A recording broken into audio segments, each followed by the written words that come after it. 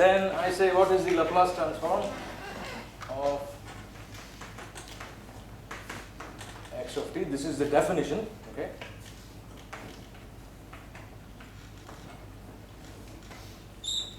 And all I have to do is to find this out. I need to substitute for x of t into that integral, calculate that integral which we all love, and then move on.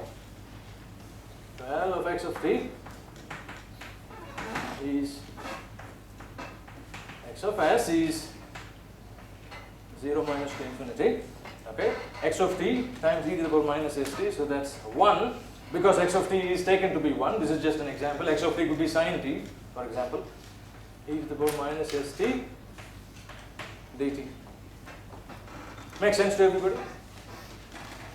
You might have seen Laplace transform, perhaps some of you may have. And then all I have to do is perform integration. Integral of e to the power minus st is minus 1 by s. I'm not going to go over how to get integrals. That's something that I assume we all know. And e to the power minus st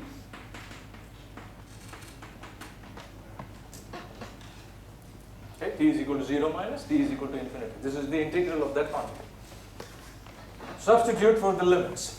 Okay, so I have minus 1 by s, e to the power minus s times infinity, minus e to the power minus s times a quantity that is close to 0. 0 minus is something just before 0, 0 plus is a quantity just after 0. This is mostly done to accommodate for discontinuities, okay, when you have system responses and system inputs and so on. First quantity here, what is this guy?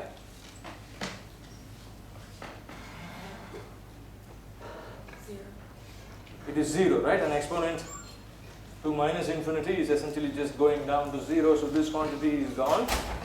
E to the power minus s times 0, 0 minus 0, they're all the same thing for the time being. This is just equal to 1, so this is minus 1 by s, 0 minus 1, which is 1 by s. Okay, so this is x of s. Makes sense to everybody? E to the power 0 is 1. Okay, no questions on that, right? Then here is also what I can say.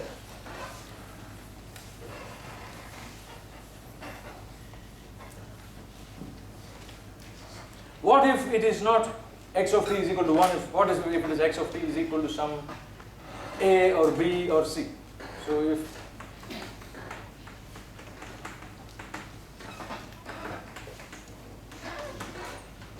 if it's a constant, right, the Laplace of this quantity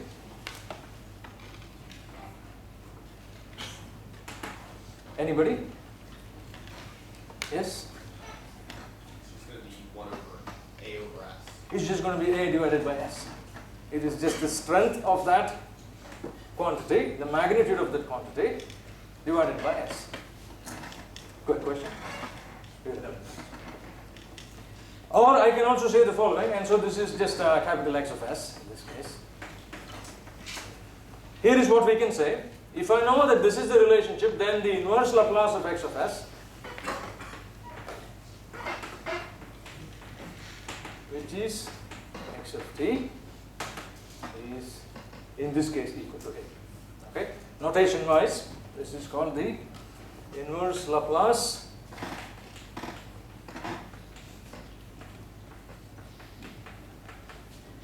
of the quantity x of s. Okay, for this particular example, this is another example. This is the inverse Laplace. Okay? And I want to mention something in passing. This is what we will be doing in the next class. We'll be taking a couple more examples. I'll go over some properties of Laplace transforms. Then we just start applying it to solve differential equations. Okay? But to do that, I want to mention something. Do that here. How many of you remember integration by parts? Yes, question. You have a question. No, you remember integration by parts. Fantastic. All right. So integration by parts. Integral u dv, where u and v are some quantities. Okay. By definition, I just want to refresh your memories. This is uv minus integral v du. This is integration by parts. Okay, this is something that we will be using in the next class. And the last statement that I want to make, in your textbook, and I will also post this on Carbon, you will have what is called as a Laplace table, a table of Laplace transforms. That is, I am not going to spend my time coming and saying, okay, here I'm going to integrate and find the Laplace transform of all these quantities. No, I'm not going to do that. Who has time for that?